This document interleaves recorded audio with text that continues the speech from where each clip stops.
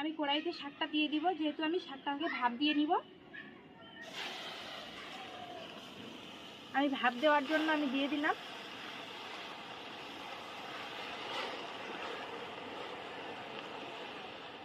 আমার শাক দেওয়া হয়ে গেছে, এবার আমি লবণ দিয়ে দিব। লবণটা দিয়ে আমি চাপা দিয়ে দিব, যখন কমে যাবে মানে বসে যাবে এটা, তখন আমি একটু নেড়ে দিব। আমি চাপা তুলে দিচ্ছি, মানে ঢাকনা তুলে নিচ্ছি। ওই যে আমার শাকটা কমে গেছে, অনেকটা বসে গেছে।